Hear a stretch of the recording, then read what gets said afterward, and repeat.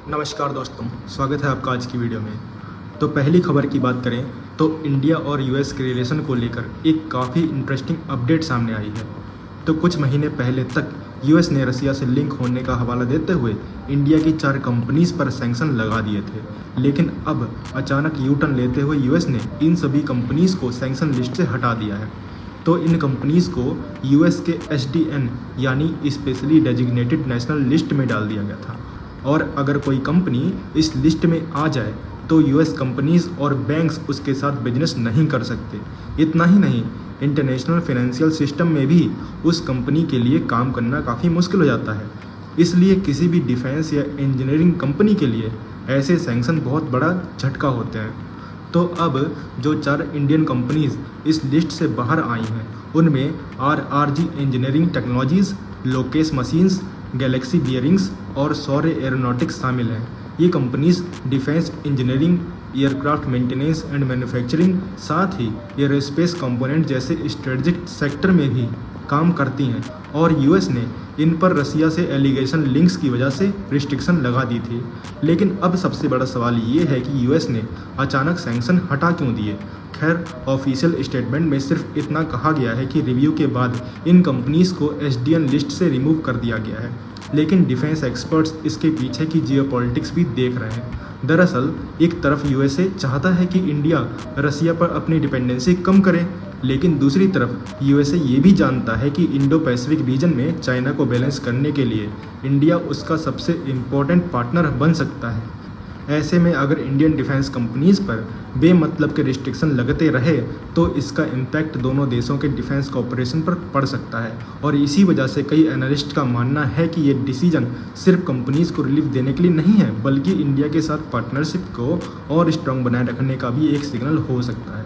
क्योंकि पिछले कुछ सालों में इंडिया और US semiconductors, jet engines, drones और एडवांस डिफेंस टेक्नोलॉजीज़ पर काफ़ी क्लोजली काम कर रहे हैं। ऐसे में यूएसए भी अननेसेसरी प्रॉब्लम क्रिएट नहीं करना चाहता होगा। तो आपका क्या मानना है इस बारे में कमेंट में ज़रूर बताइए।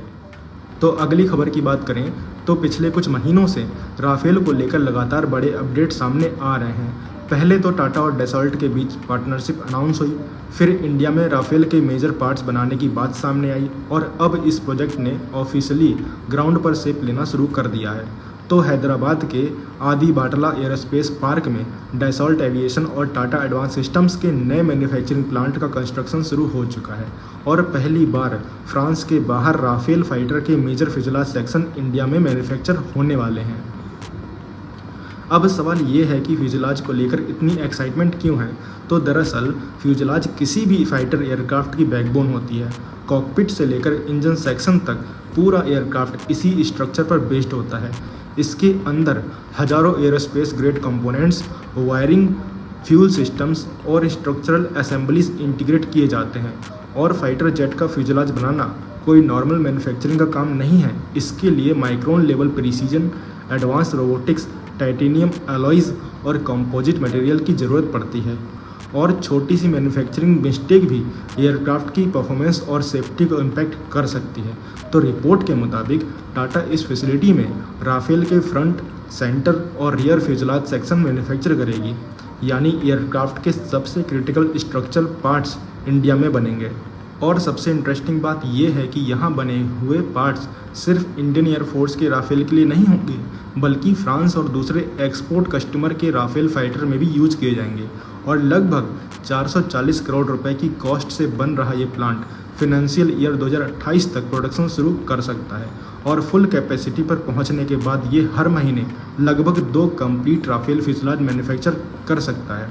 और डसॉल्ट के पास ऑलरेडी इजिप्ट, UAE, इंडोनेशिया और कई दूसरे देशों के ऑर्डर्स मौजूद हैं। ऐसे में हैदराबाद का प्लांट फ्यूचर में ग्लोबल डिमांड को मीट करने के लिए भी इम्पोर्टेंट रोल प्ले कर सकता है। अब एक और इंटरेस्टिंग बात यह है कि अगर फ्यूचर में इंडियन एयरफोर्स का 114 राफेल F4 प्रोग्राम फाइनल हो जाता है तो यहाँ लोकलाइजेशन और भी ज़्यादा बढ़ सकती है। मतलब आज फ्यूजलाज बन रहा है, कल विंग्स और दूसरे एयरफ्रेम स्ट्रक्चर भी इंडिया में मैन्युफैक्चर हो सकते हैं। तो आप क्या बोलोगे इस खबर के बारे में कमेंट में ज़रूर बताइए। और अगली खबर की बात करें तो ADA ने AMCA के बैकअप डिस्प्ले यूनिट के लिए एक नया टेंडर इशू किया है, और ये टेंडर डिस्प्ले बनाने के साथ साथ एयरक्राफ्ट को सर्टिफिकेशन की डायरेक्शन में ले जाने का सिग्नल माना जा रहा है। तो आज के 5th जनरेशन एयरक्राफ्ट में मिलियंस ऑफ लाइन्स सॉफ्टवेयर की होती हैं जो कॉकपिट से लेकर रडार और वेपन तक सब कुछ कंट्रोल कर सकती हैं। अगर ये सॉफ्टवेयर सर्टिफिकेशन पास नहीं करता तो एयरक्राफ्ट ऑपरेशनल सर्विस में जा ही नहीं सकता। और इसी प्रोसेस का एक इम्पॉर्टेंट पार्ट है बैकअप डिस्प्ले यूनिट। तो नॉर्मली पायलट के सामने बड़े डिजिटल स्क्रीन्स होते हैं जहां फ्लाइट इन्फॉर्मेशन, रडार, वेपन और नेविगेशन सब कुछ एक साथ दिखाई देता है। लेकिन अगर किसी वजह से मेन डिस्प्ले या मिशन कंप्यूटर फेल हो गया तब पायलट के पास एयरक्राफ्ट कंट्रोल करने के लिए बैकअप सिस्टम होना बहुत ज़रूरी होता है।